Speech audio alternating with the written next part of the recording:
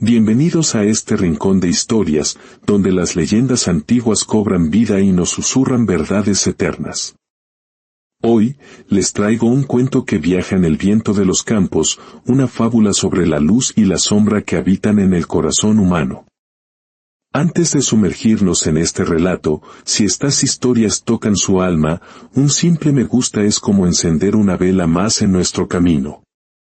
Y al suscribirse, se unen a nuestra comunidad de espíritus que buscan la sabiduría en las leyendas del pasado. Que la paz y la claridad acompañen su escucha. Ahora, cerremos los ojos y viajemos a un tiempo donde el mundo era más joven. En un pequeño pueblo anidado entre colinas verdes y fértiles campos de ñame, donde el sol se levantaba cada mañana como un disco de oro sobre los tejados de paja, vivía una joven llamada Alma. Nadie en la aldea sabía de dónde había brotado tanta belleza. Era como si los dioses la hubieran esculpido con manos pacientes y la hubieran dejado caer, como una flor exótica, en aquella humilde aldea de caminos de tierra roja y riachuelos que cantaban al pasar. Alma era la hija única de Inés y Nicolás, un matrimonio de campesinos cuya única riqueza eran una choza de adobe, un pedazo de tierra fértil y el inmenso amor que se profesaban. Inés tenía la risa fácil, de esas que convierten un día gris en algo soportable. Nicolás, en cambio, era un hombre de pocas palabras, convencido de que el silencio resolvía más problemas que cualquier discusión. Juntos habían criado a su hija con una ternura infinita, enseñándole a trabajar la tierra, a respetar a los mayores y a dar gracias por cada bocado. Desde que Alma tuvo edad para ir sola al arroyo a por agua, el pueblo entero empezó a hablar de ella. Al principio, eran susurros amables, llenos de admiración. «Mira qué ojos tan claros», decían las mujeres. «Parece una muñeca de porcelana». Pero poco a poco, las miradas se volvieron más largas, más pesadas. Las mujeres se detenían a observarla cuando pasaba, cargando el cántaro sobre la cabeza con el paso firme y elegante de quien ha crecido entre los surcos del campo. Los hombres se quedaban mudos un instante, como si el tiempo se hubiera detenido a su paso. Y las muchachas, las otras muchachas del pueblo, empezaron a fruncir el ceño. Ana, Oliva y Berta eran tres amigas inseparables que se movían por el pueblo como una manada. Ana era la más alta, de ojos vivos y una lengua tan afilada como un cuchillo nuevo. Oliva, la más callada, pero con una mirada que podía cortar más profundo que cualquier palabra. Y Berta, la más fuerte, siempre dispuesta a empujar o a reírse la primera. Las tres vivían en casas cercanas, compartían secretos al atardecer y soñaban con el día en que algún mozo apuesto la sacara del pueblo. Pero desde que Alma floreció, algo oscuro cambió en sus corazones. Una tarde, mientras Alma llenaba su cántaro en el arroyo, oyó la voz de Ana a su espalda. «Mira cómo camina, como si el pueblo entero fuera suyo, solo porque tiene la piel clara». Las otras dos rieron por lo bajo, un sonido siseante como el de las serpientes. Alma se giró, con el corazón latiéndole fuerte en el pecho, y le sonrió con timidez, esperando que un gesto de bondad bastara para disolver el veneno. Pero la sonrisa de Ana fue fría, como el agua del arroyo en pleno invierno. Desde ese día, las pullas se hicieron habituales. «Bella, bella. ¿Crees que un príncipe vendrá a buscarte solo porque brillas como el sol?», gritaba Oliva cuando Alma cruzaba la plaza.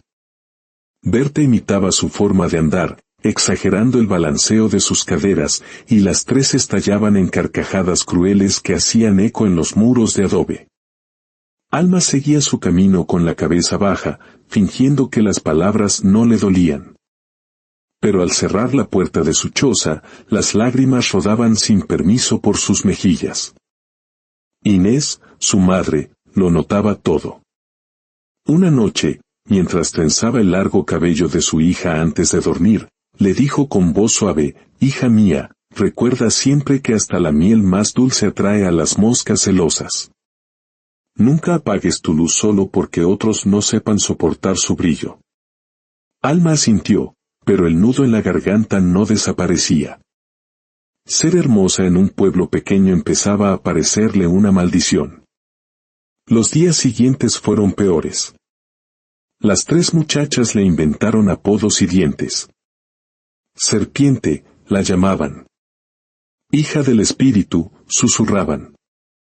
Decían que la belleza de Alma no era natural, que su madre, Inés, había ido a un santuario prohibido en el bosque a pedir un favor a los dioses oscuros.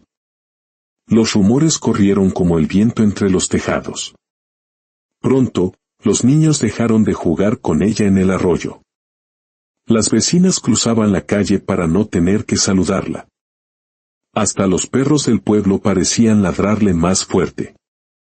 Inés ardía de rabia. No permitiré que destruyan el nombre de mi hija por pura envidia, gritó una mañana al enterarse de lo que decían en el mercado. Nicolás, como siempre, intentó calmarla. La gente habla, Inés. Deja que hablen. Las palabras se las lleva el viento. Pero Alma ya no era la misma.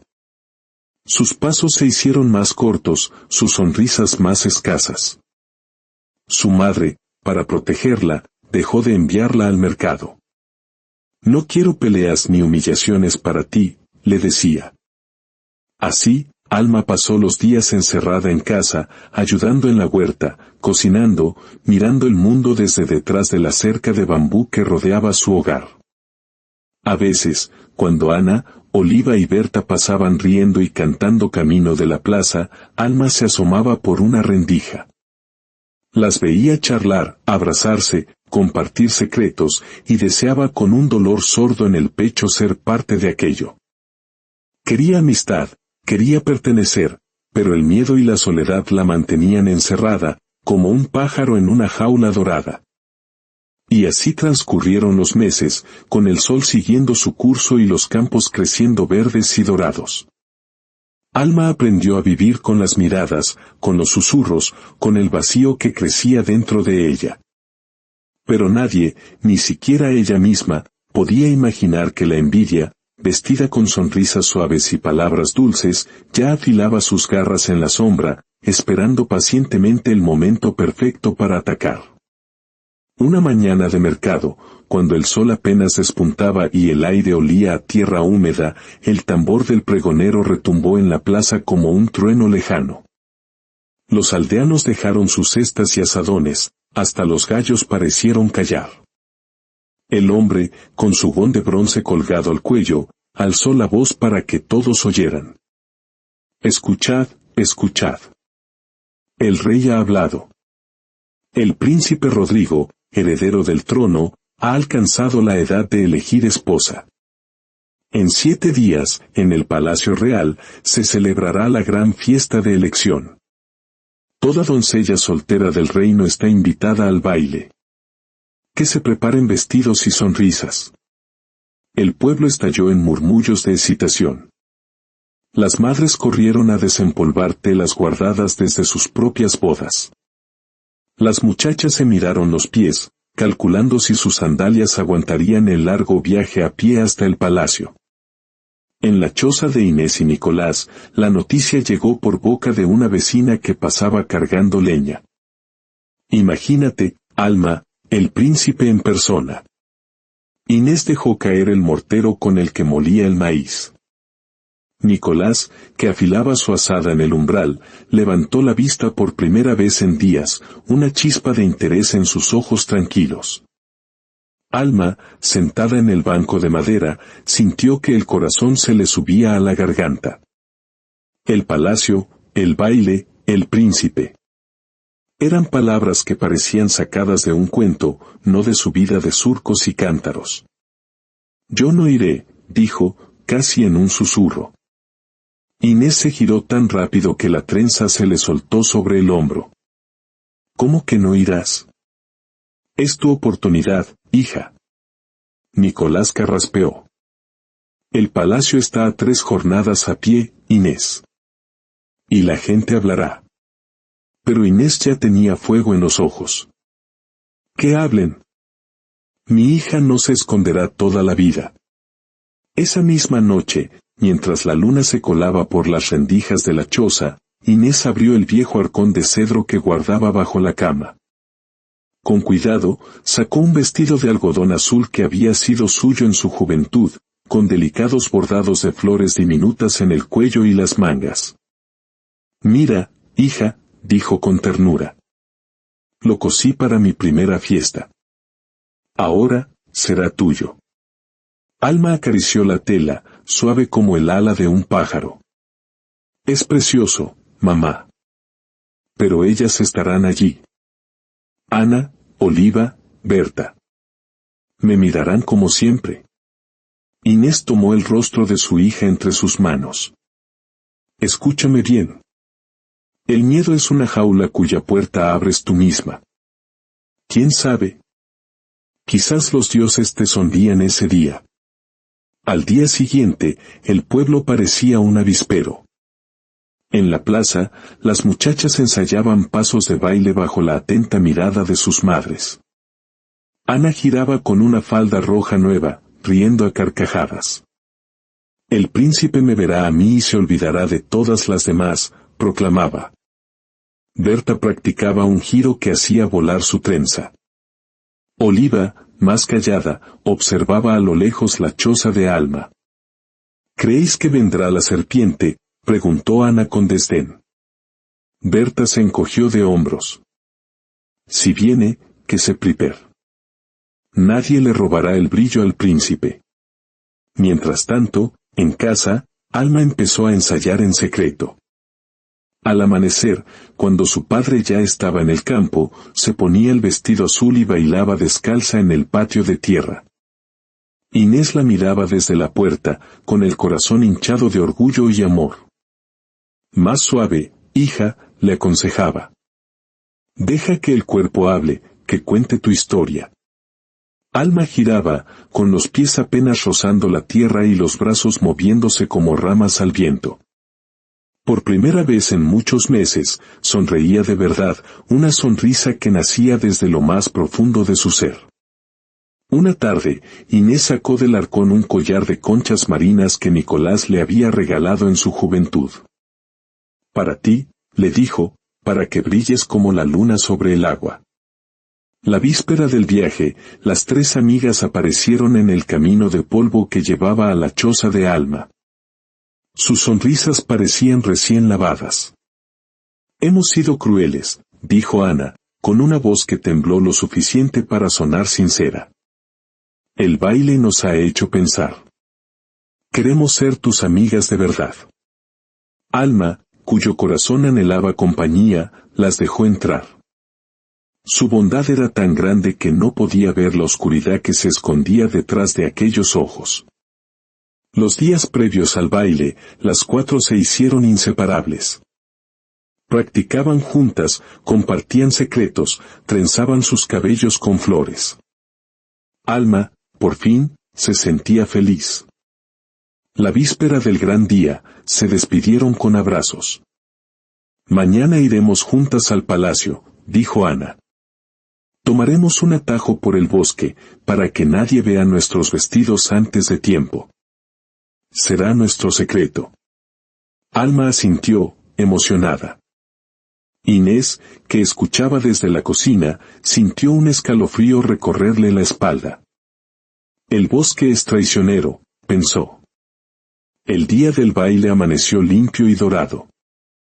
Alma se puso el vestido azul y el collar de conchas. Se miró en el trozo de espejo roto que colgaba de la pared y, por primera vez, no vio a la bella ni a la serpiente. Vio a Alma. Sus padres la acompañaron hasta la entrada del pueblo. Allí, junto al arroyo, esperaban Ana, Oliva y Berta, vestidas con colores vivos y sonrisas afiladas. Vamos juntas, como prometimos, llamó Ana. Inés abrazó a su hija con fuerza. Recuerda lo que te dije. Si algo no te parece bien, corre. Las cuatro muchachas se alejaron por el camino de tierra roja. Al principio, todo fueron risas y canciones. Al llegar al borde del bosque, el camino se estrechó. Por aquí, dijo Ana, señalando un sendero apenas visible. Es el atajo. Alma dudó un instante, recordando la advertencia de su madre. Pero el deseo de pertenecer era más fuerte. Voy, dijo, y dio el primer paso hacia la penumbra del bosque. El sendero era angosto. Las ramas arañaban sus vestidos. De repente, los pájaros callaron. Solo se oía el crujido de las hojas secas bajo sus pies. Caminaron en fila, Oliva delante, Alma y Ana en medio, y Berta cerrando la marcha.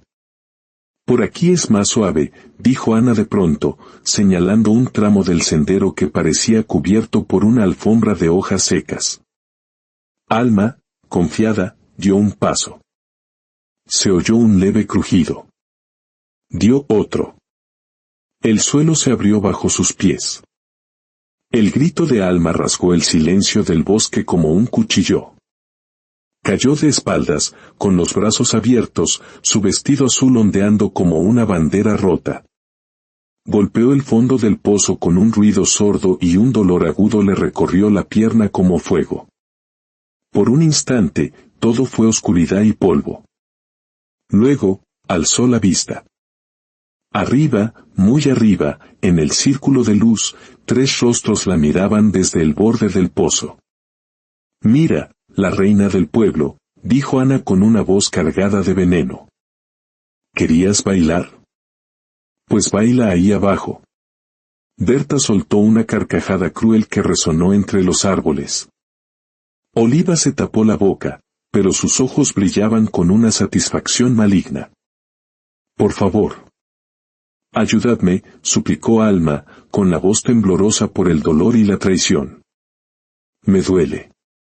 Ana se agachó, fingiendo preocupación. Oh, te duele. Qué pena. El príncipe tendrá que buscar otra esposa. Luego se puso de pie. Adiós, serpiente. Las 3 le dieron la espalda y se alejaron. Sus risas se fueron perdiendo entre los troncos, dejando a Alma sola en la oscuridad fría y húmeda del pozo. El cielo, allá arriba, era un círculo azul que parecía cada vez más pequeño, cada vez más lejano. La noche cayó sobre el bosque como una manta pesada. En el fondo del pozo, Alma temblaba de frío y dolor. Gritó hasta que la garganta le ardió, pero solo el eco le devolvió su propia voz. Intentó trepar, pero las paredes de tierra húmeda se deshacían bajo sus dedos, y sus uñas se partieron. Mientras tanto, en el palacio, la fiesta había comenzado. Las antorchas iluminaban los muros y la música llenaba el aire. Ana, Oliva y Berta llegaron, mezclándose con la multitud. Cuando alguien preguntó por Alma, Ana respondió con indiferencia, se quedó en casa, le dolía la cabeza. Inés y Nicolás llegaron al palacio y buscaron a su hija desesperadamente. Al encontrar al trío, les preguntaron por Alma. Nos separamos en el camino, mintió Ana. Dijo que necesitaba descansar. El corazón de Inés se hundió. Sabía que mentían. Corrió al centro del salón y gritó al rey, mi hija ha desaparecido. Y ellas fueron las últimas en verla. El rey, al ver la angustia de la madre, ordenó a sus guardias registrar los alrededores. Pero la noche era oscura y el bosque, un laberinto impenetrable. El alba apenas rozaba las copas de los árboles cuando Dante, el cazador del palacio, salió al bosque. Era un hombre silencioso, cuyos ojos veían lo que otros ignoraban. Mientras seguía el rastro de un jabalí, un sonido débil lo detuvo. Era un lamento, un susurro que el viento traía desde lo más profundo del bosque. Siguió el sonido hasta un claro. Allí, vio algo extraño en el sendero, la tierra estaba removida, y unas ramas cubrían un agujero de forma torpe. Se asomó con cautela.